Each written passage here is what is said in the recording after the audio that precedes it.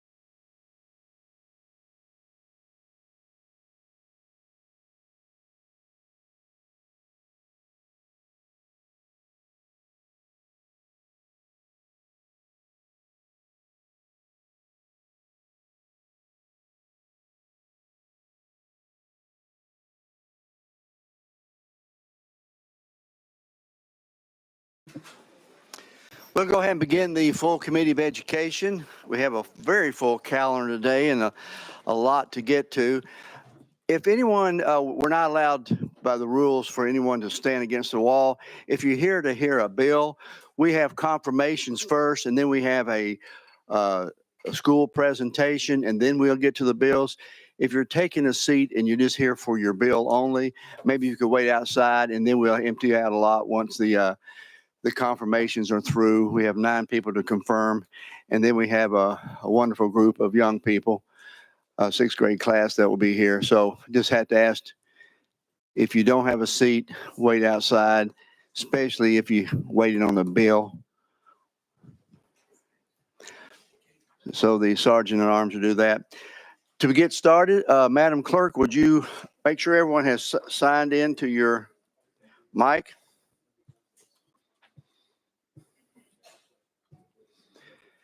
If everyone signed into your mic, Madam Clerk, would you please call the roll?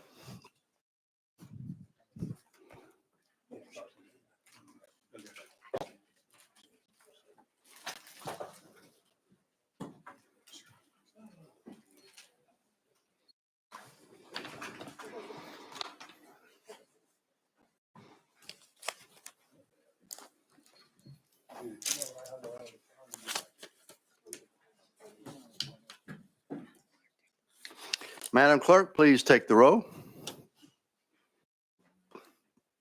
Mr. Chairman, you have 17 members present. Mr. Chairman, you have a quorum. Thank you very much, Madam Clerk. Members, welcome to the full Committee of Education. Again, we have, like I say, we do have a very packed calendar. We got a couple of confirmations first, and then we have a presentation. Then we'll hit the bills from there. So it will be a full hour and a half committee. Before we begin, though, I would like to ask, does any member have a recognition or anyone at this point? Representative Glenn. Thank you, Mr. Chairman. And I'd like to welcome my TEA retired teachers from Montgomery County, if they've stand, and we can give them a hand clap.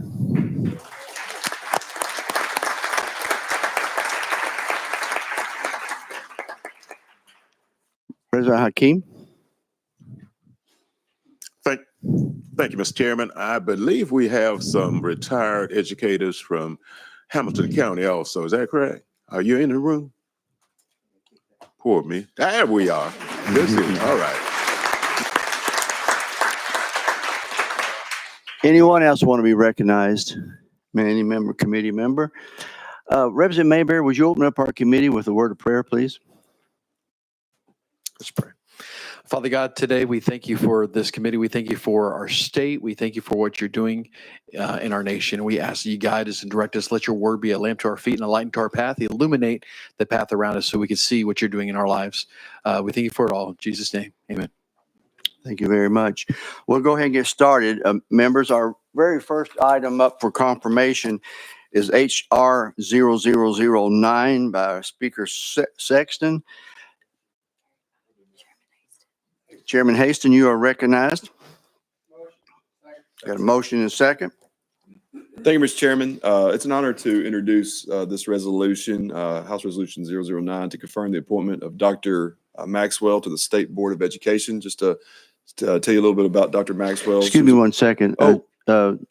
Well, they will bring him up in a minute. Absolutely. I think that's a great idea. Okay. Let's bring Dr. Maxwell up to the front. Go. And have a seat. That way you will be ready once Chairman Haston finishes his comments. Thank you, Mr. Chairman. Go ahead. Dr. Maxwell was appointed to the State Board of Education by Speaker Sexton in 2024 to represent the 6th Congressional District following 33 years of service as an educator in Cumberland County. Dr. Maxwell retired in 2022 as Director of Schools. Before this leadership role, she was a classroom teacher for 23 years at Pleasant Hill Elementary. If that doesn't qualify anybody for just about any job, I don't know what does. She spent the last 10 years of her education career at the central office in various roles, committee, and Chairman, I would like to present to you Dr. Maxwell. Thank you very much, Chairman Haston. And Dr. Maxwell, I'm going to go out of session in one moment. Thank you so very much for being here and for willing to serve on the State Board of Education, a very important position for our state. So with that objection, members, I'm going to go out to a session and allow Dr. Maxwell to introduce herself. Out of session. You may begin. Please state your name, full name, and for the record. Thank you, Mr. Chairman. I'm Ina Maxwell from the Tennessee State Board of Education, and I'm delighted to be here today. Thank you so much for welcoming me. I am a career educator. I am retired, but I've spent many good years with children in the classroom. That's where my heart is. And when someone asked me when I applied for a position outside of the classroom, they said, well, Ina, what happens if you get sent back to the classroom? And I looked at them and I said, that's the best place to be. So, you know, I've just been very blessed with my career. There's nothing more rewarding than going to the grocery store and running into one of your former students and them telling you all the things that they have gone on and done. So as I said, I am a career educator. I'm a teacher at heart. That's who I am, even though I am retired and I am enjoying retirement. And my husband and I, he's a retired educator. And our 2 children pursued a degree in education, and one is teaching first grade and one is working at the collegiate level. And I have a 22-month-old granddaughter, and that is why that I keep trying to do what I do for our community and for children. Thank you so very much. I'll entertain a moment or two for if a member has a question of Dr. Maxwell. Seeing none, Chairman Sapicki. Move previous question. Okay, the question's been, okay, we are going to go back into session. Thank you so much. The question has been called without objection. So all those in favor of HR 0009, moving out to calendar and rules, please indicate by saying aye. We got to do it on the board. I'm like Chairman Haston. I still haven't got used to this new system either. Madam Clerk, would you put the vote on the board?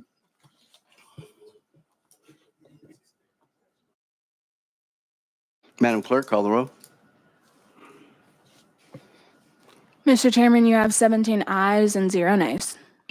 Thank you, Dr. Sexton. You are confirmed. Thank you. So Representative Love, you have the next 7, I believe, confirmations that we are going to introduce. Members, we're now on items. Let me put these in order. Item number 2, HJR 154. Item number 3, HJR 155. 4, HJR 156. Item 5, HJR 157. Item 6, HJR 158. And number 7, HJR 159. And HJR 160, number 8. We will be hearing from and confirming today. So Representative Love, I'm going to turn over to you at this point, and we will follow your lead.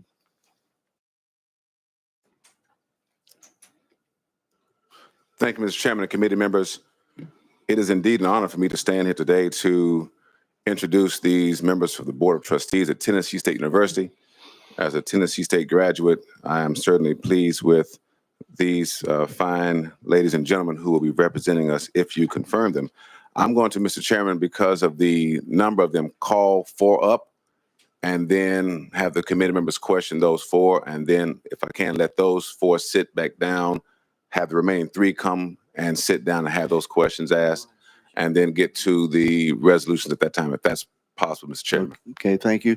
And members, I think we'll go ahead and go out of session and let you introduce them as they come forward. So without objection, members, we're now out of session. Representative Love, you're recognized. Thank you, Mr. Chairman. I'm going to call up Demita Smith Knight, Trevia Chapman, Jeffrey Norfleet, and Terica Smith.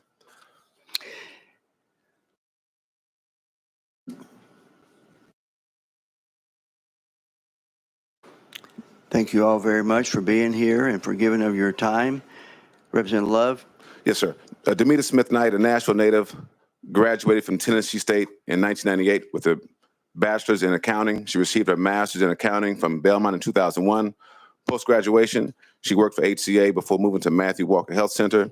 She then started her own practice where she offers a broad range of service for businesses, executives, and independent professionals, and provides traditional accounting and consulting service in non-traditional ways.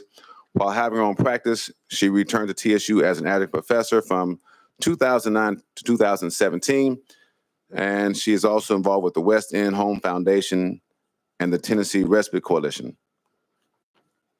Trevia Chapman, Tennessee State graduate with an MBA from the University of Memphis. She has been the president of the Bank of America Memphis for the last 6 years.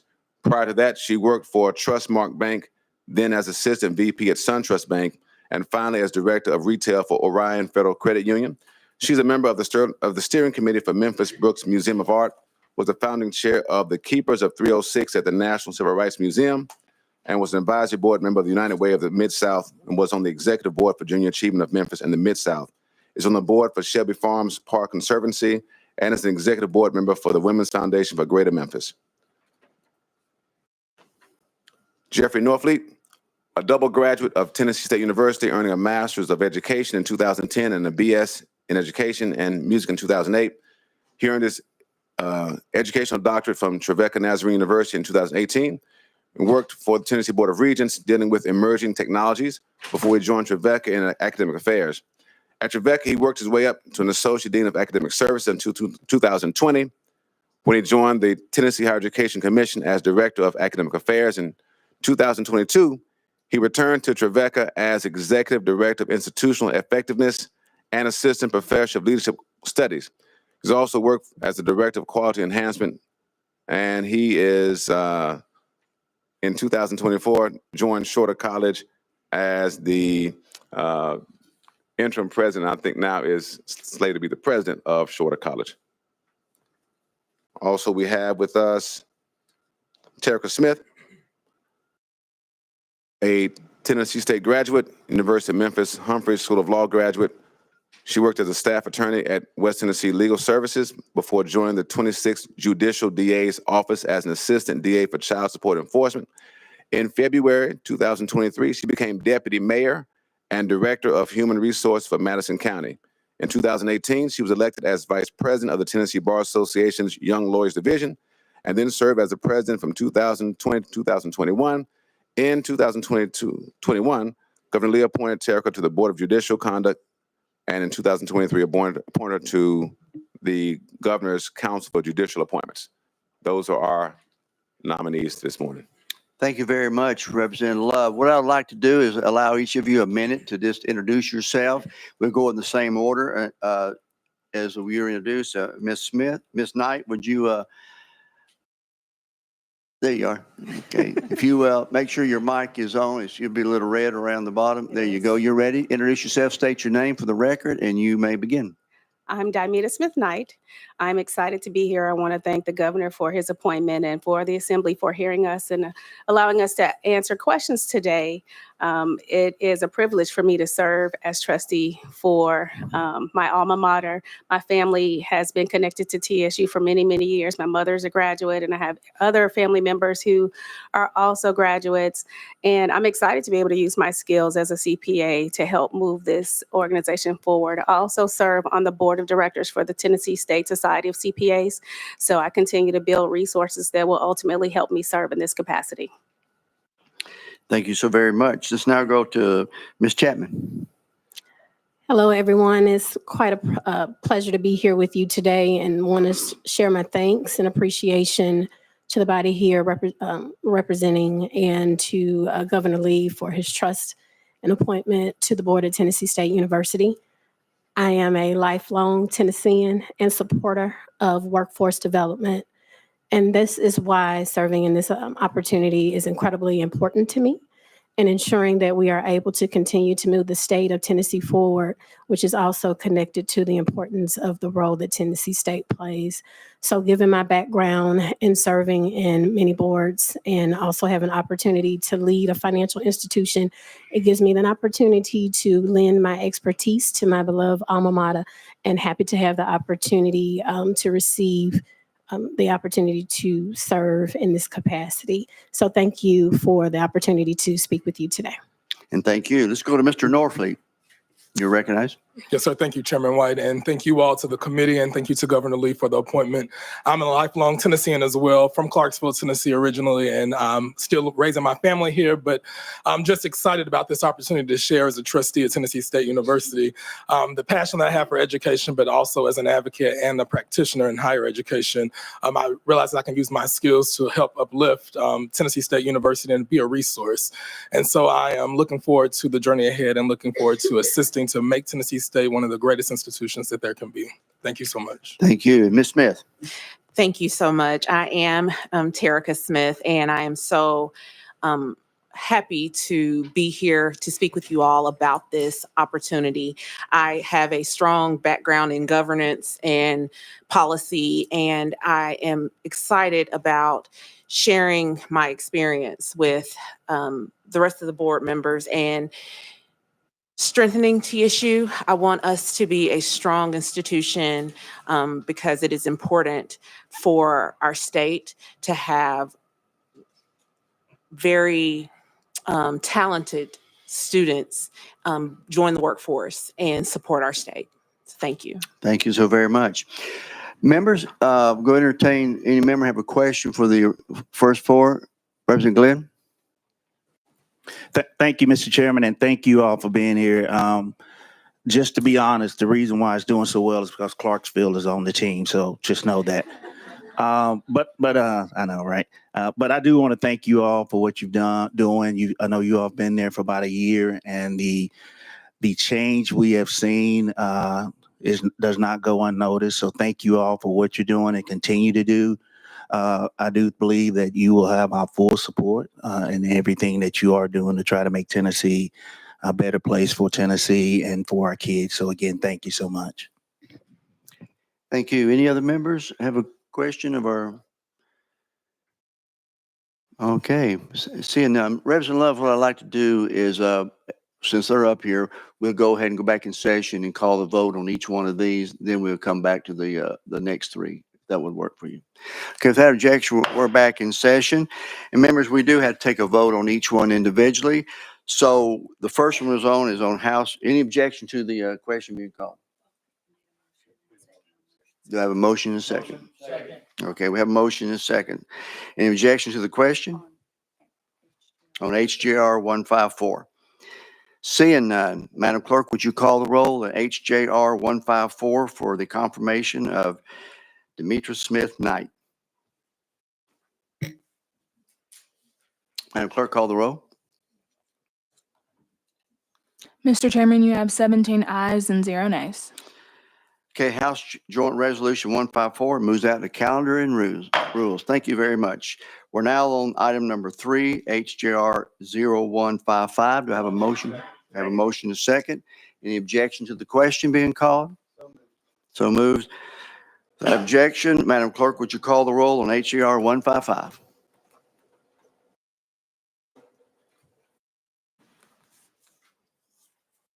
Madam Clerk, call the roll. Mr. Chairman, you have 17 ayes and 0 nays. House Joint Resolution 155 does move out to calendar and rules.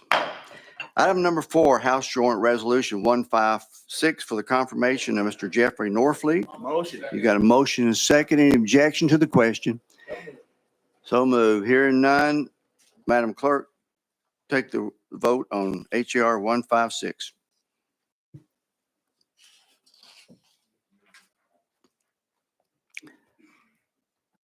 Everyone, okay. Madam Clerk, call the vote. Mr. Chairman, you have 17 ayes and 0 nays. That objection, the House Joint Resolution 156 moves out to calendar and rules. Thank you so very much. And then House Joint Resolution 157. Got a motion and second for the confirmation of Tarika Smith. Any objection to the question? So moved.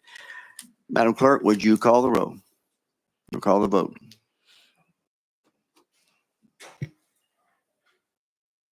Madam Clerk, call the vote. Mr. Chairman, you have 17 ayes and 0 nays. Thank you. House Joint Resolution does move out to calendar and rules. House Joint Resolution 157. Thank you so very much. Appreciate y'all's time and coming here. Representative Love, you're now recognized for. Okay, let's now, at this point, I'd like to call to the front seats Marquita Qualls, Charles Trauber, DeKasha Winton. One more. That's it. Y'all will come. And then Representative Love, I'm going to recognize you to introduce. We're out of session. Thank you again, Mr. Chairman. We have Dr. Marquita Qualls, a graduate of Tennessee State University's chemistry program.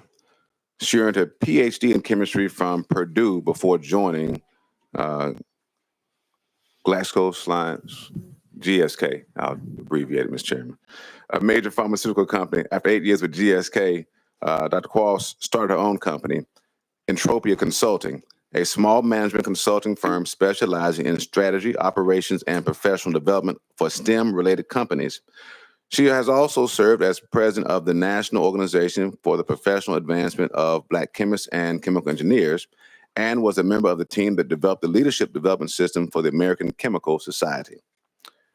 We have with us also Attorney Charles Trauber, a 2003 graduate of Tennessee State University and 2008 graduate of University of Tennessee's College of Law. Charles has been with Bridgestone Americas for nearly 7 years and is currently general counsel for the Division of Real Estate, Retail, and Financial Services. Prior to joining Bridgestone, Charles worked at LifePoint Health as Senior Associate General Counsel, as well as Metro Nashville as an HR analyst, and Waller as an associate attorney. He served as a volunteer with multi-state nonprofit organization Youth About Business, and he served on the boards of Preston Taylor Ministries, the Metro Nashville Human Relations Commission, and the TSU Foundation Board of Directors. And finally, we have with us the chair, Dr. I'm going to call you doctor, I'm sorry. DeKasha Winton, a graduate of Tennessee State University and the University of Memphis Humphrey School of Law. Attorney Winton is the Senior Vice President and Chief Government Relations Officer for Blue Cross Blue Shield of Tennessee. Before joining Blue Cross Blue Shield of Tennessee as an Associate Counsel for State Government Relations, DeKasha served as Chief Counsel for Insurance, Securities, and TennCare Oversight at the Tennessee Department of Commerce and Insurance. She is a member of the Nashville and Tennessee Bar Associations, the Tennessee Lobbyists Association, and the American Health Lawyers Association. Prior to joining the TSU board, DeKasha represented East Tennessee as a member of the Tennessee Higher Education Commission, originally appointed by Governor Haslam in 2017 and then reappointed by Governor Lee in 2019. In 2016, Attorney Winton was named a Fellow of the Nashville Healthcare Council and was the recipient of the Napier-Luby Bar Association Trailblazer of the Year Award. Thank you, Representative Love, for those introductions. And like before, we will start with Ms. Qualls. If you would take a minute to introduce yourself to the committee, and we will go from there. We'll do all three, and then we'll come back if any committee member has a question. You are recognized. State your name for the record. Thank you. I am Marquita Qualls, and I'd like to thank you, Chairman White, and the committee for the opportunity to speak before you and answer any questions. I thank Governor Lee for this appointment. This is truly a full circle moment for me coming back to Tennessee State University and being able to serve as a trustee. As a student, we learn to think, we learn to work. So I did the thinking, getting my undergraduate and graduate degrees in chemistry. I did the work from a corporate career in the pharmaceutical industry and then starting as an entrepreneur, my own business. Now it's time to serve. Throughout my journey, all of the things that I've learned along the way are definitely going to be able to help us continue to move TSU forward and make it a better place than what I came in. Thank you. Thank you so very much. Mr. Trauber? Yes, Charles Trauber, Charles Ayers Trauber, for the record. And thank you for having me here today. I'm extremely thankful to be appointed to this Board of Trustees and also thankful for your consideration. I'm also a proud lifelong Tennessean. I was born and raised in Chattanooga. I've been in Nashville for over 20 years. I also had my 3-year stint in Knoxville, so almost in all the 3 grand divisions. I'm honored and humbled to receive this appointment, and I have a deep love and appreciation for Tennessee State University. The deep appreciation is because of my family connections. Not only am I an alum, but my mother is an alum, and I've had uncles, cousins that have attended TSU, and my grandparents also work there. The other part is that TSU has been extremely impactful on my life and has led me to do a lot of things in my career and have lasting personal relationships. And I want to make sure this generation of students have those same things. Thank you. Thank you. Okay, Ms. Winton. Thank you, Chairman White, and thank you, Representative Love, for that long read of my bio. Please don't ever do that again. And thank you, members of the committee. I serve as the chair of the Board of Trustees, and I just want to express my appreciation for all of you. We know how much work that you all have put in for Tennessee State University, and we just want to make sure that we match your collaboration in every way possible and all the things that you do for the state of Tennessee. We know how much work that you all do, so I just want to commend y'all and thank you for the time that you have given us today. And just know that you can entrust us in every single way possible, that we're going to work so hard for this university and for the students that we're serving. Thank you. Thank you so very much. Members, anyone have a question for any of our guests? Representative Hakeem? Thank you, Mr. Chairman. I first, if you permit me, I want to commend the governor. I had my concerns when he was going to appoint the board members in this case. But I must admit that he has gone far beyond my expectations, the quality of the individuals, what they bring to the table. And I think it puts us in a posture here in the legislature to be as supportive as we can for not only this board, but for the young people, the children that will be coming through Tennessee State University going forward. And I would also, Mr. Trauber, they hear your name and they're saying, I know that name from somewhere. Was it your uncle? Yes. Was also an employee of the state for many years with Department of Corrections. And his family and I go to the same church. Miss Akasha, I just call her my daughter. I mean, she is as complete a young lady, in my view, as you can find intellectually, as a person. And I couldn't see a better person being chairperson of the board. And I just thank you all for taking time out of your lives to make this contribution to an institution that you have ties to, has been good to you. And I have no doubt that you will do the best you can to move the university forward. Thank you, Mr. Chairman. Thank you. Any other members have a question, comment for our guest? Seeing none, without objection, I will go back in session. Representative Love, you have any final comments? No, sir, Mr. Chairman, just thank the committee members and thank the governor for these appointments. Okay. Members, we'll do the same process as we did before. We're now on item number 6. Do I have a motion second on HJR 158? We have motion second. Any objections to the question? So moved. So we're now on the confirmation of HJR 158. Madam Clerk, would you take the vote?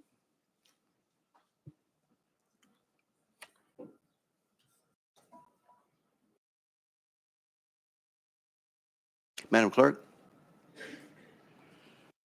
Mr. Chairman, you have 17 ayes and 0 nays. Thank you, members. House Joint Resolution 158 does move out to calendar and rules. We're now on item number 7, House Joint Resolution 159 for the confirmation of Charles Trauber. Motion. Got a motion and a second. Any objection to the question? So moved. Madam Clerk, would you call a vote on item number 7?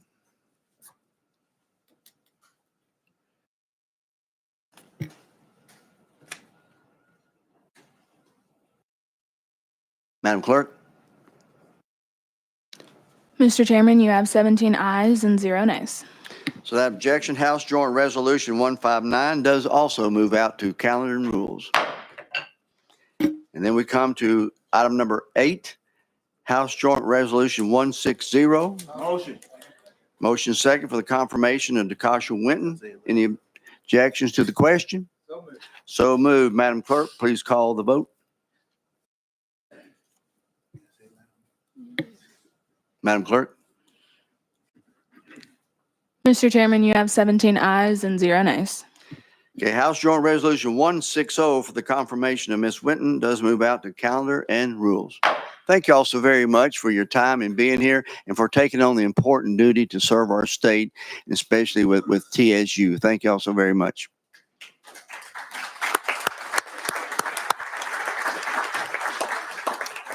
We're now on item number 9, members. Representative Love? Mr. Chairman, I'm leaving the Education Committee now. Just to let you know. If you would, we would appreciate you just come take a seat right here. Thank you so very much for those introductions. Item number 9, House Joint Resolution 164. I'd like to call up. Okay.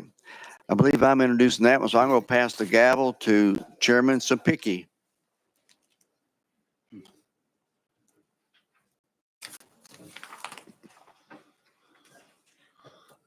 Members, we're going to call up House Joint Resolution 164. We have a motion second. Mr. Todd Skelton.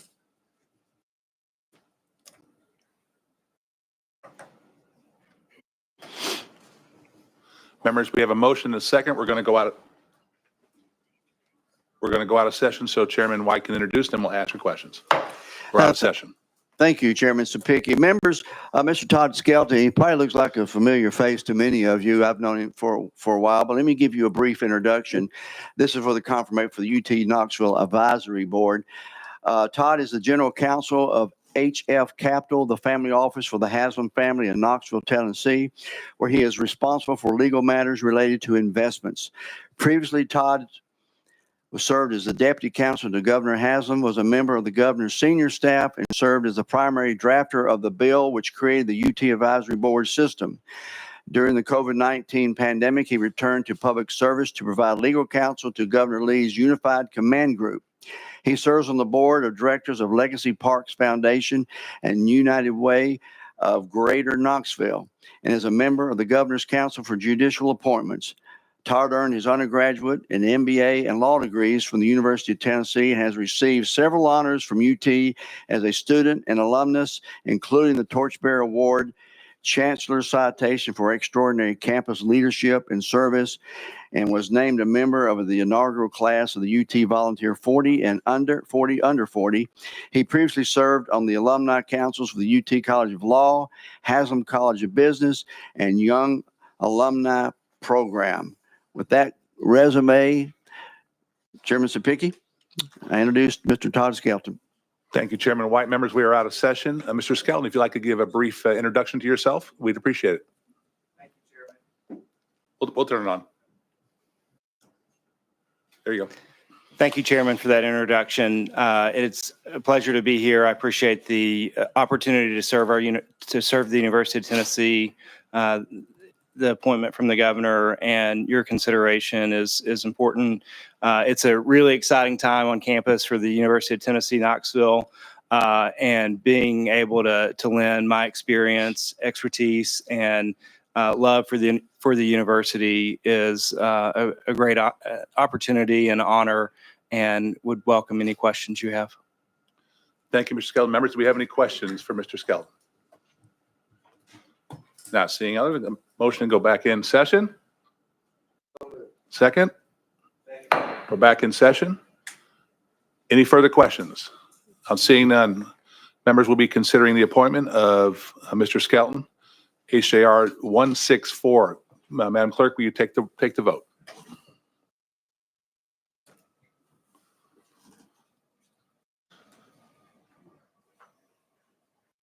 Madam Clerk, take the vote.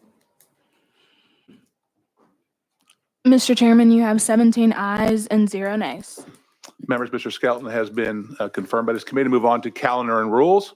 House JR 164. Thank you, sir. There you go. Okay, members, thank you all so very much for confirmations today. We appreciate you and your service to our state.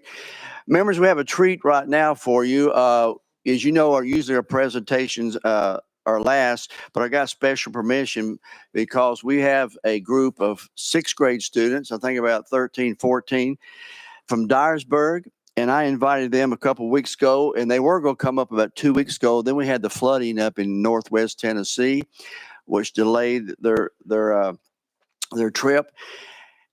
And I was up there this fall with the other members and we're just really impressed with what not only the Dyersburg School District is doing, but especially in the CTE, and the lights will come back on, with the CTE courses. So I am going to bring up, we have the Superintendent, Director Worley.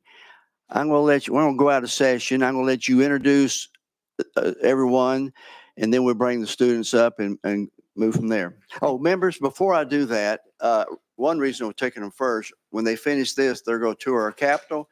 And I'm going to present on this committee to present our state Capitol book, A Tennessee Treasure, which tells about how our Capitol was built back and finished in 1859.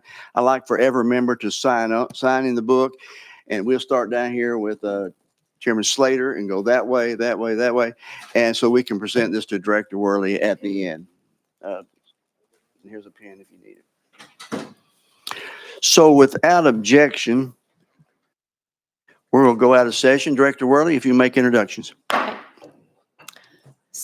So thank you, Chairman White, for having us here, and thank you to the rest of us. Any day that we get to spend, or I get to spend with students, is a wonderful day. So I do appreciate that. My name is Kim Worley. I'm the Director of Schools with Dyersburg City Schools. And I do have with me Kim Yider. She's our CTE Director. Trina Roy, she is our STEM teacher at Dyersburg Middle School. Matt Spraker, he is the principal at Dyersburg Middle School. And then I do have a group of students, and they are going to introduce themselves as they come up to speak. So I appreciate you having us here. Dyersburg Middle School is a school in Dyersburg, Tennessee. We are a rural school district all the way over on the Mississippi River. We have about 2,500 students in our school district, with about 45% of our students being economically disadvantaged and about 20% of our students having a disability. I want to thank each of you for your contribution and for investing in our CTE programs, whether it's through TISA or whether it's through ISM. That contribution to our CTE programs is an investment to our workforce. And I'm so thankful that our students were able to hear those, the people that were confirmed to TSU trustees and talk about the workforce investment, because that's important for our students to hear that. These 6th grade students are involved in our STEM programs, and they are the investment to our future. And I think sometimes as state legislators, you have a fear as to what your investment is going to go towards. And I want you to hear just a little bit about what your investment has done. And so as these students and these other people talk about what your investment has done, what I want you to hear is I want you to think about words like investment for the future. I want you to hear words workforce. I also want you to hear words like inclusion, because in Dyersburg, we want all students to have possibilities. We believe that all students should have opportunities, every student. And I think that's important. And so these sixth grade students came up with an idea for every student to have a possibility. So our motto is opportunities for all students and barriers for none. And so as a director of schools, when I come up with something like that, it's great. When you can get your staff members to buy in, that's wonderful too. But when you have students buy in, it's even better. And so when students come up with the idea, it's a great day to be the director of schools. So I'm going to let someone else take the show because these are the stars of our show. I'm If you Kim would, Yider. and state your name for the record as you start. I'm Kim Yider. I'm the CT director for Dyersburg City Schools. And I just want to take a moment to thank you for your innovative school models funding. With that money, we were able to increase our CTE programs offered at our middle school. But not only offer those programs, but to create quality programs for our students to go through. So I just want to take a minute just to thank you for that. And hopefully today you'll see where some of that money went and the great things that it's able to do. So my name is Trina Roy, and I have the privilege of being the middle school STEM teacher. So I get to work with these fantastic students. And I just want to take an opportunity to thank you, but I also want to talk about not only do we have the STEM programs and the CT programs throughout the school day, but our school also offers a lot of opportunities after school and before school through clubs, which really gives students the confidence to develop their own skills, both in public speaking and different activities that gave me the confidence to take on a project like you're getting ready to hear. Thank you. Before we move on to the next person, I want to recognize Representative Rusty Grills from the area. He's the representative. Rusty, you only one in that area?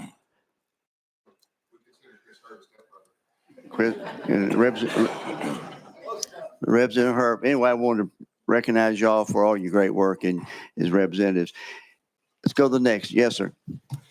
Hi, I'm Matt Spraker, principal at Dyersburg Middle School. Just want to thank you all for having us. Just want to thank Miss Roy and Miss Dina Howe, who works with Kellen every day. A big thanks to Miss Worley, our central office, for providing all these opportunities for our students. I want to thank our students. First of all, I mean, what a great group of kids to come up with such an idea for Kellen to be able to participate with them. So just the things they have going on is great. And these students are involved in a lot of different things at our school. It's not just this. I mean, they're everywhere. I want to thank their parents. Most of these kids' parents are here with us today as well. Their parents instill these values in them and they support our education. Without them, we couldn't be here.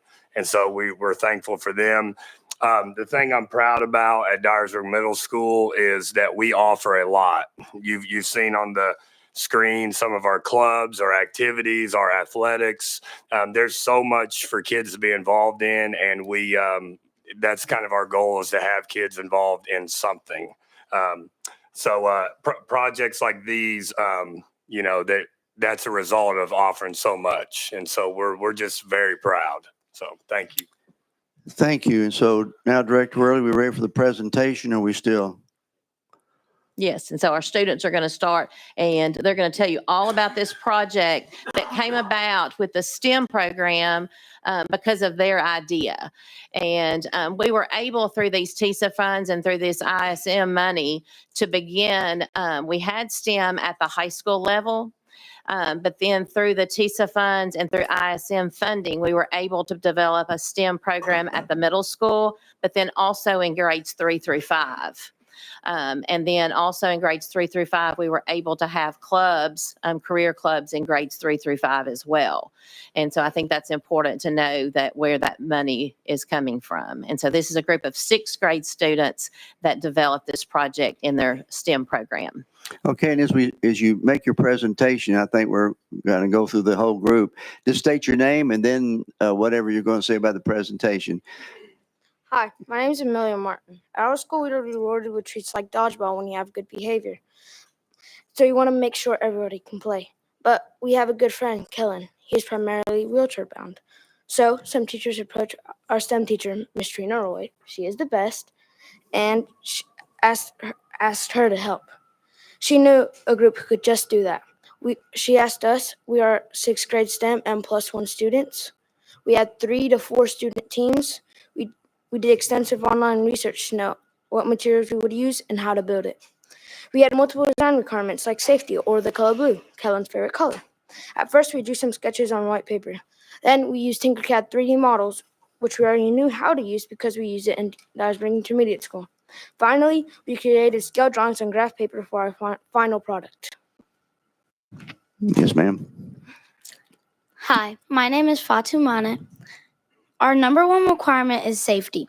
When playing dodgeball, we need to be able to keep others safe and especially Kellen. Our second requirement is to have a stand with wheels.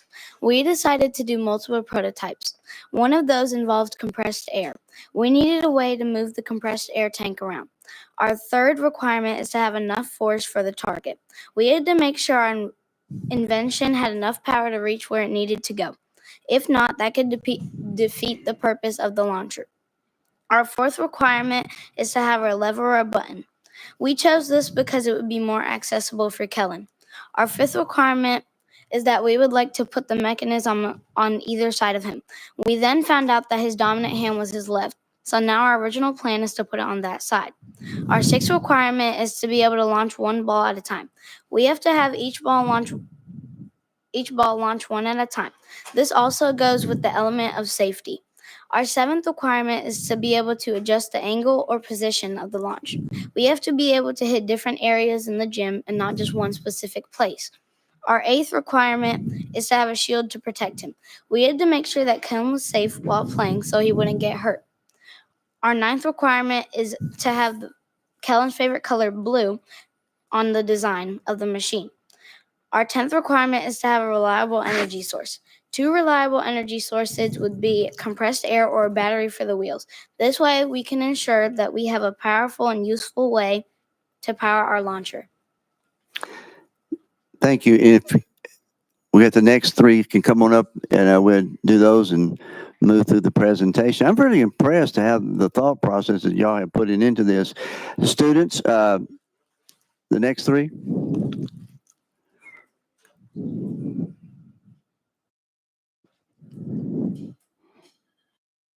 As soon as you're seated, I assume we're going to start with young lady on the left. If you would just state your name and you're ready to go. Hi, my name is Lainey Garner, and these are some reasons why this project matters. The first reason is so that we can include everyone. So that not only do we want to include the people who can play dodgeball, but we want to include the people who can't play dodgeball, like Kellen. Another reason is because we want to make everybody happy, so that Kellen can be happy being able to play dodgeball. The last reason is because learning should be engaging, enjoyable, and meaningful. It can be enjoyable for Kellen to get to play dodgeball and meaningful for those around us. You recognize? Hi, my name is Michael Smith, and I'll be talking about 3 other reasons why this project matters. My first reason is because through this project, we can learn better engineering skills, and we learn that by the people who are helping us do this project, like DHS STEM. My second reason is because by learning these better engineering skills, we can plan right for future projects, just in case another problem comes up. And my last reason is that it's just the right thing to do. We don't want our friend Kellen sitting out on good behavior awards just because he's wheelchair bound. Yes, ma'am. Hi, my name is Chandler Ford, and I would like to take a moment to recognize the star of the show, Kellen. I've known Kellen since 3rd grade. I got to know Kellen very well last year. We were not only classmates, but we became friends. Kellen is in 6th grade. His favorite color is blue. He loves riding horses and participating in 4-H, but his dream is to play dodgeball with his friends. We want to design and engineer a project that can make his dreams come true. Now introducing Kellen. Hi, my name is Kellen Jewell. I'm in 6th grade, and I'm lucky. Hi. You're recognized. Ready? Yeah. Start over. My name's Kellen. I'm in the 6th grade, and I'm lucky that my friends all told me to play dodgeball. Thank you. Okay, we have more students coming up. If y'all come take your seat.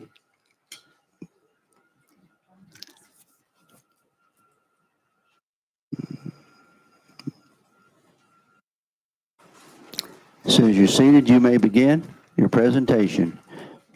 You are recognized. Hello, my name is Tanner Riney, and I'll be talking about the two methods we have thought about using to actually launch the dodgeball. The one I will be talking about is air compression. Our air-powered dodgeball cannon was inspired by a t-shirt launcher, which of course utilizes an air compressor and compressed air tank. We had many areas to consider, like number of launches without refill, weight of canister, canister size, mobility, overall weight, launching strength, materials, and activation. With all this to think about, we brought up our second idea, wheels and motors. Hi, my name is Woods Allman, and I will be presenting the wheels and motors design. Our idea was inspired by a football launcher prototype. One of our main challenges is an electrical outlet because it limits the space to move freely. The size and weight of the wheels and motors cannot be heavy because it will be hard to move around. The wheels will give us plenty of power to shoot the ball. We also need it to be very accurate to reach its target. Hi, my name's Hudson Gadledge, and one of the main questions we get on this project is how can we incorporate others? First off, our Dyersburg High School STEM team. Using their help, we can come up with some awesome ideas and 3D models on Tinkercad, which is a 3D-based program. Next off, we have our Dyersburg High School welding team. Using our ideas and models, the welding team will make those come into reality. Next off, we have our DIS STEM, the grades below us. The DIS STEM are helping us come up with the wheels using Tinkercad and hand-drawn sketches. Next, we have our community engineers. With the help of our local engineers and their resources, we were able to come up with some solid designs and some really good models that replicate those designs. Lastly, we have our DMS physical education team. The PE coaches have helped giving us the right dodgeballs to use and what is safe on the gym floor and what is not safe. Another question was presented to us. What else are we learning? We are also learning good business collaboration skills. Using the help of everybody, we are learning how to work together and how to build off of each other's ideas. Thank you. I already feel like an underachiever. I'm just amazing. Yeah, I need directions on how to do this. Okay, and this is our students, and y'all, you are recognized. Hi, my name is Everett Tice, and before starting this project, we had to consult with Kellen's therapist to tell us what his physical strengths are. They told us that Kellen was left-handed and that he needs to use a lever or a button to activate and launch the machine. We also have another student who is permanently bound to their wheelchair, and we are making another design for her as we speak. The first request Kellen made was that the machine be blue because it's his favorite color. We also have to make a shield/netting to cover him so he won't be hurt when the dodgeball is thrown at him. and also we have uniquely colored dodgeballs for Kellen specifically to use. Hi, my name is Tinley Newsom, and today I'll be telling you about the timeline and design process of the Kellen project. So in August, we started school, and by December of this school year, the teachers approached Ms. Roy with the idea of the Kellen project. And in January, we started the first prototype. Now, by May, the first prototype will be done. And when we come back next school year in August, we will have some of our community partners like ARMCO, DHS STEM, and DHS Welding come in and finalize the prototype. And by November, Kellen should be dominating and having so much fun playing dodgeball with all his friends. Now I'd like to introduce one of our community partners from ARMCO, Mr. Brad Whittle. Yes, sir. Good morning. I'm from ARMCO. Well, we're the community engineers that they talked about. So I'm here representing ARMCO, a leading transformer manufacturer with locations across the continent. First, I want to thank you for the opportunity to be here with y'all this afternoon. Today, I would like to express ARMCO's commitment to the future of our youth by supporting CTE and STEM programs. ARMCO has donated over $500,000 to bolster these crucial educational pathways over the past 3 years. Dyersburg City Schools, Dyer County Schools, and Obion County Schools are our current beneficiaries of this program. This decision stems from ARMCO's belief in the transformative power of education and the critical role that CTE and STEM play in preparing our students for challenges and opportunities of the modern workforce. In today's rapidly evolving world, it's imperative that we equip our students with skills and knowledge necessary to thrive in a global workforce. CTE and STEM education provide this by fostering critical thinking, problem solving, and technical skills that are essential for success in our industry. Dyersburg City Schools continues to be a guiding piece in a puzzle to train and develop our future workforce in Dyersburg.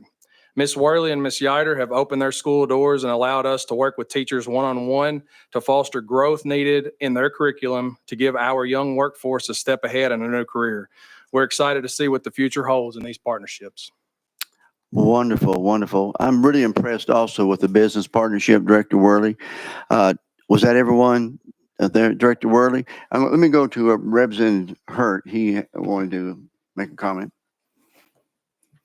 Thank you, Mr. Chairman. And I just want to take a second first to the students and commend all of you for not only the thought process, but the care and consideration and love for your fellow students and wanting to have them involved. That's impressive. And when I say that, I also want, I know there's a lot of parents here. I want to thank y'all for raising students and kids, children like you have. That means a lot to listen to what they've done. Like I say, not only their thought processes, but their care for their fellow students. Then I wanted to go to the staff, teachers, administration, and community partners.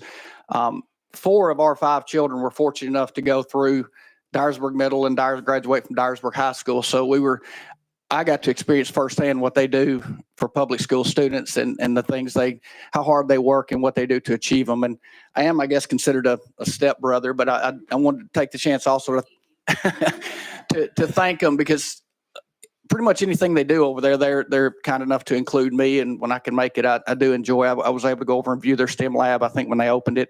And it's very impressive and obviously some great results. So I appreciate you letting me say a few words, Mr. Chairman. But thank you all. Thank you, students, parents, staff, administrators, and community partners for what you do. And thank you, Representative Hurt. I think we got 2 students going to close us out on this. Is that right? Okay. Did y'all have anything to say or okay, you're good.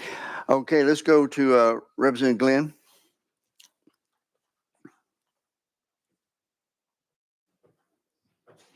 Thank you, Mr. Chairman, and thank you all for being here. I, like Chairman White, feel like I got lost somewhere after the 6th grade, because obviously I have no idea except that Kellum needs to play dodgeball, and that's an awesome thing to do for you all. Your presentation was great. I love the way that you all came up and was so confident and knew exactly what you were talking about and what you were doing to build this prototype.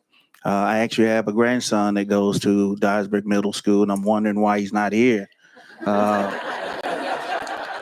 part of this STEM program. I'm gonna have to talk to my son about this.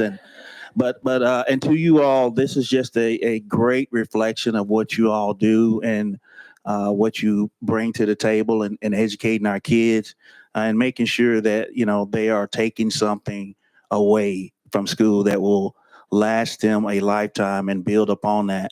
And as Representative Hurt said, to the parents, is again a great reflection on how you all are involved in their lives, making sure that they are learning and getting something really out of this. So I say kudos to you all for doing what you do. It is great to watch this, and thank you so much for it. And to you 2 young folks sitting right here, y'all are the spokesman. So I'm gonna ask you a question. Who's gonna win at dodgeball? That's what I want to know. Thank you very much. We have a couple more, and then we're going to wrap this up in just a few minutes so we can get back to a regular calendar. But Representative Johnson, you're recognized.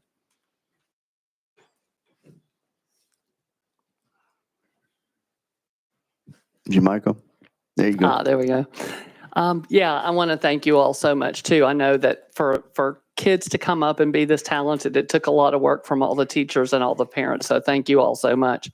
But to the kids, I just have to say, thank you for teaching a master class in diversity, equity and inclusion to a lot of adults in the room. You all taught adults today what diversity, equity, and inclusion means, and I appreciate that. Thank you. Representative Barrett? Thank you, Mr. Chairman. Students, teachers, parents, this is my first year on the Education Committee. I spent 2 years on the Finance Committee, and with all due respect to any department representatives that are in the crowd, this is way better than the best budget hearing I ever sat through. Thank you all very much. And Representative Bolso? Thank you, Mr. Chairman. My question is for the students. Are you willing, after the Kellen project is complete and operational, to come back here next year and challenge this committee to a game of dodgeball? Yes, sir. Okay, thank you. Well, we're going to lose. No, I think they should work on, you do know that NASA wants to go to Mars, so you may start working on that. Yeah.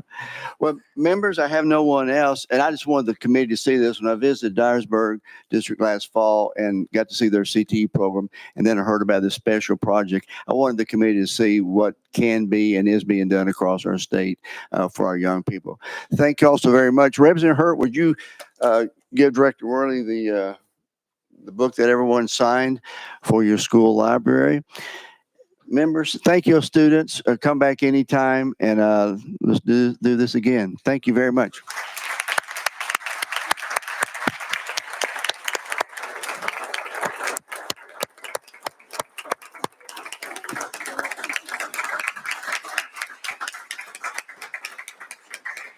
Okay, we're now back in session. And while the room is, and I also meant to recognize the parents and the family here, and I apologize, I meant to do that, but thank you all for being here also. Item number 26. We're going to go to Chairman Sapicki because he also has guests here for a presentation. If you are a member that's not on the committee and you have a bill, raise your hand. Let me know that you're in here so that we can, Representative McCommon, also.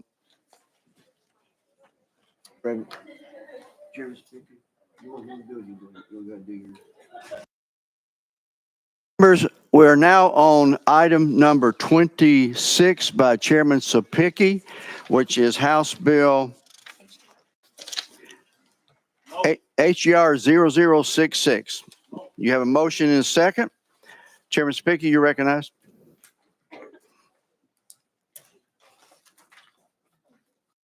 Thank you, Mr. Chairman. Members, thank you for indulging us today. House Joint Resolution 66 encourages each local education agency that operates a high school to participate in the Armed Services Vocational Aptitude Battery, or the ASVAB Career Exploration Program, and make the ASVAB test widely available to all high school students in Tennessee. We have members from the military that have come in to testify. And the reason why we're pulling this out of order is, first of all, to accommodate these busy men's schedule, but also the conversation that erupted in the Education Admin Committee on this bill. I think you need to hear and get a little bit more detail on the possibility of another bill that the Education Administration Committee has tasked me to run coming through here shortly. So with that, Mr. Chairman, I would like to go out of session and bring our members from the military to come up and give their presentation. Without objection, we're out of session, and would the members come forward as requested by Chairman Sapicki? Got it. Good. Once they're seated, Chairman Sapicki, I will let you make introductions. No, go ahead, Adam. Go ahead. Okay, without objection, who would like to begin? Go ahead. Ready? You recognize, sir. Just state your name for the record. Lieutenant Colonel William Blake English, Tennessee Army National Guard Recruiting and Retention Commander. Go ahead. Okay. Again, Mr. Chairman, thank you for allowing us to be here. We were asked to come and speak on behalf of the ASVAB, but I'd be remiss if I didn't recognize the two gentlemen to my right who have a combined 35 plus years of recruiting experience and are truly the subject matter experts in this field. The ASVAB is a heavily research aptitude test. The ASVAB provides students as well as their counselors, educators, and parents with information about their current academic strengths, abilities, and areas that they can ultimately improve on or they're succeeding in. It is offered to grades 10, 11, and 12, and there's a paper version and an online version. Some of the reasons the ASVAB is beneficial is it helps identify current skills and knowledge to learn about potential careers based on personal interest and aptitudes. It's a good practice test for the ACT or SAT for those that are college bound. It helps determine enlistment qualifications if the path they choose is going into the armed services, and it gauges how ready they are to enter the workforce. And most importantly, it's free and causes no burden on any school system at all. It is zero cost. The SASVAB is an opportunity for students to find out new information about themselves and their abilities. It is broken down into 8 subtests: general science, arithmetic reasoning, word knowledge, paragraph comprehension, mathematics knowledge. And where it is unique as opposed to its ACT and SAT counterparts, it also factors in electronics information, auto and shop information, mechanical comprehension, just to name a few. The taking of the ASVAB in no way at all correlates or obligates a student to enter into the military or any armed service. It is simply a free test to gauge where they are in life. It should not be, it should be more thought of as a career exploration resource more than an entry into the military. Recently, I've attended meetings at one of the MEPS, which is a military entrance processing station here in Tennessee. There are 3. And the SASVAB coordinator, being the school-driven ASVAB, was addressing the group and was going over the list of schools that have not yet scheduled tests. They stated, only as this pertains to the SASVAB or the ASVAB, that some schools aren't military friendly and that others want us to not come in our uniform and only come in what we call soft sale, which is khakis and a polo. This puzzled me because I'm only 6 months into this position. I come from the field and am new to recruiting and retention, and I couldn't quite put 2 and 2 together as to why. So I returned to my staff, which is completely full of former recruiters, and I was trying to figure out why this would be the case. What is the stigma about the ASVAB? Basically, what we came up with is there is an understanding or at least a misunderstanding as to what the test itself does. Again, it does not directly enter you into any service, military service or anything like that. We realize that there's just not a full understanding of what the test is, and we need to better educate parents and educators as to what it actually does. It's just simply not the case. A couple weeks ago, I was at another event and a teacher approached me knowing that I'm now in the recruiting and retention command and expressed some concerns about us being able to access our students and give them the opportunities and speak to them about the military because their school had decided that they would not conduct the SASVAB this year because parents had apparently complained and it was linking it to the military. So again, we're trying to, it all boils down to, in our opinion, to a lack of understanding or a misunderstanding as to what the test is and what it can provide for our students. We as an organization, Tennessee's Recruiting and Retention Battalion, are seeking avenues and options to better educate the educators and parents on the advantage of this test and clear up any confusion or misunderstanding. At its core, the ASVAB is a mechanism for the student to better understand their strengths, weaknesses, and hopefully provide a clearer path, whether that be the armed services, whether it be VOTEC, TCAT, school, college, or straight into the workforce. At the end of the day, we want our students in the state of Tennessee to be successful. And to do that, they must have all the data and all available opportunities at their disposal so they can make an informed decision on their future.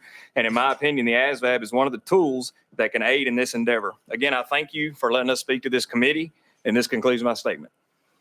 Thank you very, very much. Chairman Spicki, you recognize?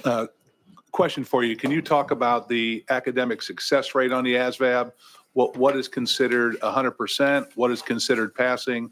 And then in general, where our students in Tennessee are showing up on that? So on that, sir, thank you for the question. Again, we were able to pull the FY23 and FY24 fiscal year 23 and 24 data. Again, this is only the reported data that didn't select option 8, option 8 being the scores aren't disclosed and it doesn't go in the repository where we can see it. Of the 29,247 that attempted the test, 14,283 passed, which is 49%, 14,964 failed, which is 51%. So 51% who attempted this test failed it.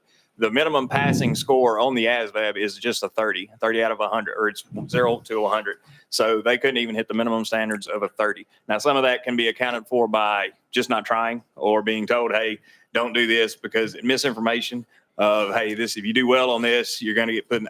We're seeing a lot of that out there, that some folks intentionally don't do well on the test. But overall, as much as I hate to say, we just had 2 people that scored a 6 in the last 2 days.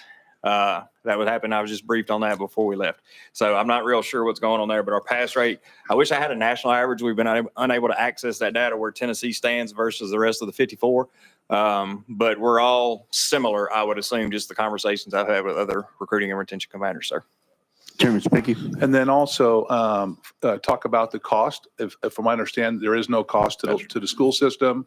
And also talk about the levels of scoring. The better you score on the ASVAB in relation to the military, it creates better opportunities for MOSs as you enter the military. You recognize? Yes, sir. As stated, the scores vary. It's 0 to 30. It's a 31 to pass. There are also programs out there for if you score a 21 to 30, it's called the 09 Mike program, where you'll be sent to what's formerly Fort Jackson to do a remedial testing until you pass, and then you can enter in the military. As for specific MOSs, the higher you score, obviously, the more you qualify, but it's also broken down into subcategories of general, technical. So mechanics and engineers have 2 different line scores. It also gauges your way. If you have a 110 GT, that's where it could progress you to in the future being an officer in those scores. Chairman. And then last question for me is, when you go into recruit into a high school, could you describe to the committee what that looks like? What your interaction is with the students? And is it more, are you providing information to them so they can try to make a good decision? I'm assuming you're not going in there and telling people they're going to join the military. Can you talk about that? Yes, sir. And if you don't mind, with your permission, I will yield over to my expert recruiters on this one. They have the feet time on this one. Okay, if you state your name for the record. My name is Command Sergeant Major Floyd Bland. I am the Command Sergeant Major for the Recruiting Retention Battalion here in Tennessee. Basically, on the recruiting side, we go in and we just build relationships with the teachers, the principals, the guidance counselors. And then, we're providing information to the students. I mean, that is our whole goal, is really just to provide information, and so that they make an informed decision. And part of taking the SASVAB is that knocks out one of the 3 steps you got to do: morally, take a test, background check, and physical. So the SASVAB knocks out one of those 3 pieces to get in. But it also allows us to provide what we call a ASVAB interp, where we interpret the ASVAB for the student, which will show what their aptitude is. The test scores on the SASVAB, what they really break down is the aptitude on what they can learn. So the more technical the job is, the higher the scores will need to be on the SASVAB, and that just lets us know that. But yeah, really, it's all about FaceTime, building relationships with administrators and students, and just inform them, just getting the information out. Thank you. I do have 2 members on the committee. Representative Johnson, you're recognized first. Yes, thank you. I guess I've been out of the classroom maybe almost 9 years, but I think almost all my kids took the ASVAB. So has there been a decline in schools giving it? Recognized. Yes, ma'am. We've noticed here recently, and again, that conversation I had with that educator from this area, I don't know how these lines are being drawn, but it's somehow given the ASVAB a bad name when it's truly just an aptitude test. And I don't know if it has to do with joining the military, but we have seen a significant decline. The list, that meeting I had with the test coordinators, which all tests are coordinated through the MEPS. They do those tests. We proctor. The list was quite long in West, Middle, and East of school systems that are saying it's just not going to happen, which is a shame in our opinion, ma'am. No, well, I think so too. I think it did demonstrate to kids, especially that had more mechanical aptitudes and that type of thing. It was a great test for them, and an alternative measurement that maybe should have been the only test that they were taking. And it's just shocking to me that it might be, what I would guess is it has everything to do with feeling overwhelmed, even though it's not really one more thing for teachers to do, but maybe it feels like that because I felt it was a great measure for a lot of students that need something a little bit different. So thank you. Thank you. Representative Hakeem?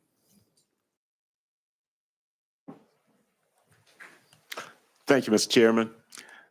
Gentlemen, first, I'd like to thank you from my heart for your service. I think it's just unconscionable to me, the difficulty. Well, maybe it's because of misunderstanding. And, you know, to think about what service members have done for this country, it's just unreal to even consider that there's a reluctance for some to feel like you shouldn't be in the schools and young people shouldn't be exposed to what you have to offer. It's my view, why does there have to be a crisis where you are called up and making contributions that sometimes take the lives of those who are working with you? Why does it take a crisis like that for people to understand that, in my view, you are essential to the well-being of this democracy? And I just want to say once again, thank you. It just means so much to me. Thank you. Thank you, Mr. Chairman. Thank you. Representative Glenn? Thank you, Mr. Chairman. And of course, thank you, gentlemen, for being here. As we spoke in the subcommittee, as a retired military veteran myself, I always like to see folks who look just like me in uniform. So thank you so much. You mentioned that the composite, that the score is 30. What does that composite score consist of? What subjects does that makes up the 30? I know it's not all of them, but what are the subjects that do that? You recognize, sir. Master Sergeant Victor Stevenson, Operations NCOIC, Tennessee Army National Guard Recruiting and Retention Battalion. It's actually a 31 is your AFQT, so it's arithmetic, reasoning, math knowledge, paragraph comprehension, and word knowledge. Those four main sections will make up your AFQT, which you need to score 31, which is the lowest to enter the Army. Representative Glenn, follow up? Yeah, well, you don't have to say the Army, make it sound like we the worst ones. Armed Forces, yeah.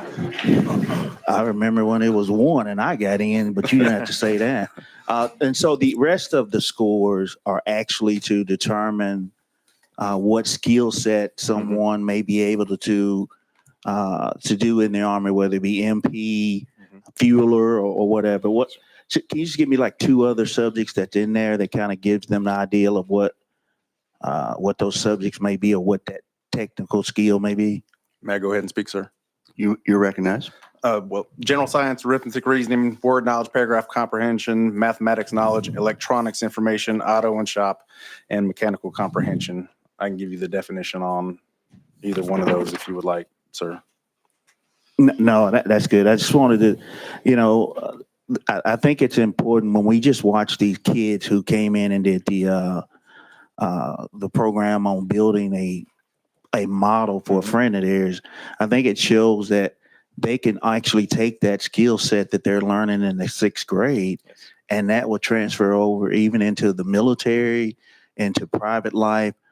So, we talked about it a little bit earlier, or at least in subcommittee, to imagine that schools will not allow UN to give the ASVAB, it just doesn't sit well with me. And I know there will be some pushback, but I think at the end of the day, we have to make sure that you all are in there. You're giving educators the low down dirty and the correct information on what it means to take this. And it does not mean that you are committed to anything. It just gives our kids another option going forward. So thank you for what you do. Thank you. I've got one more, then we'll go back to Chairman Sapicki to wrap up. Representative Reedy. Mr. Chairman and committee members, and of course, I'm listening to this, what's going on. Yes, I took the ASVAB. Yes, I ended up joining the National Guard, ended up going to the Army Reserves as well as regular Army. And like Master Sergeant Glenn just said, that these young people that are very ambitious that we just heard from, and I think it's an ambition level that we're missing in part of our education. And of course, my time in the military, being in front of men and women, the leaders that give me the leadership skills that I have today. And with that, it was, he was a bachelor uncle, but he got me excited about ham radios. And so I learned all of that and got my novice license while I was still in high school. And when I took the ASFAB, then it come out that I would make a good 31 Victor, which is a combat radio repairman. So my time on active duty was spent in that MOS. And I keep thinking about what we're discussing, what was discussed in the subcommittee is our education, whatever our education is. And I got to admit, my first 2 weeks in basic training, it was like, what did I do wrong in life to be abused like this?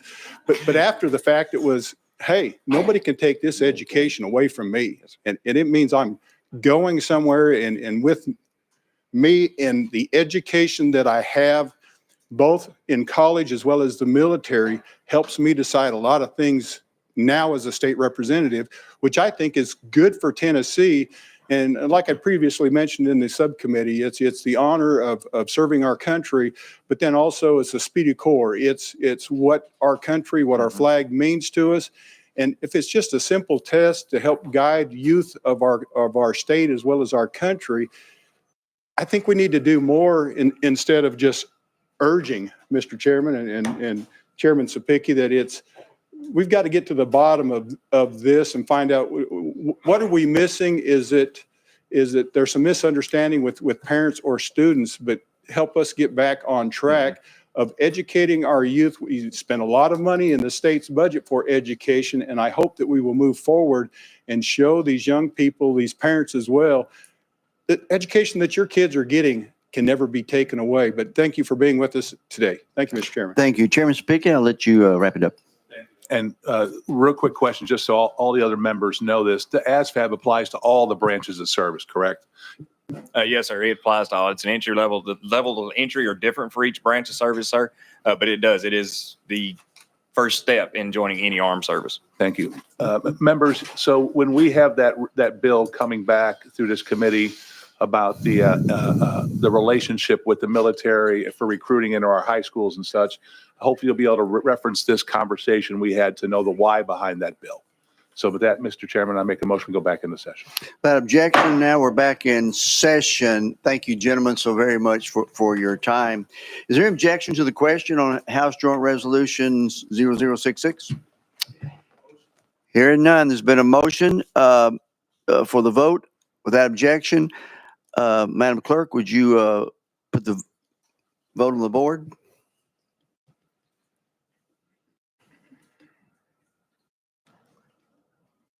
Madam Clerk, take the vote. Mr. Chairman, you have 16 ayes and 0 nays. Okay, without objection, House Joint Resolution 66 goes out to calendar and rules. Thank you so very much. Members, only got about 4 minutes. Chairman Darby, is your bill real easy?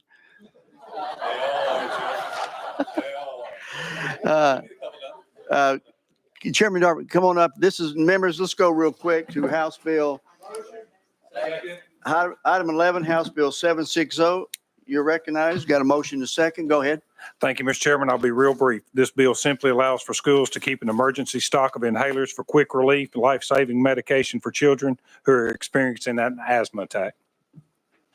With that explanation, members, any comments, questions?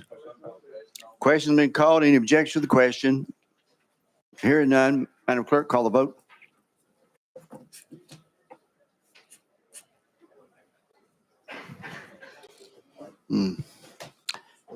Madam Clerk.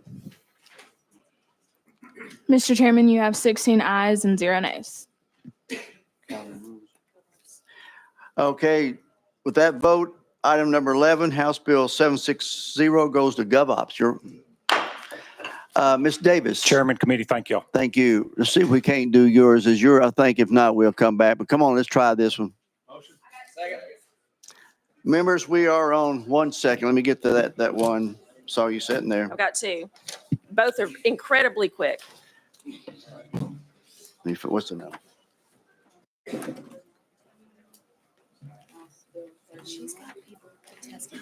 Oh, you got people to testify? I do. But now the other bill that I'm carrying for Representative Raper.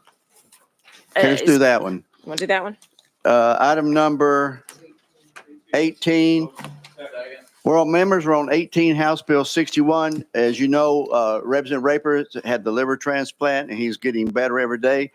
Ms. Davis, go ahead and explain this bill. You have a motion second? Motion second. You're recognized. Thank you, Mr. Chair. Thank you, committee. So current state law allows a judge to have access to and utilize data for the current school year in regards to absenteeism. What this bill does is it allows for more than 1 year for that judge to look back. I've talked to our juvenile court judge and he approves of it, as well as the juvenile court judges, their association, that they've reviewed it as well, and they're in support. So I'd ask for a positive. Any questions? Got a motion and a second on the bill.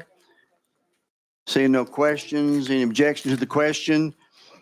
All those in favor? We'll go to the clerk for the vote on House Bill 61. Madam Clerk?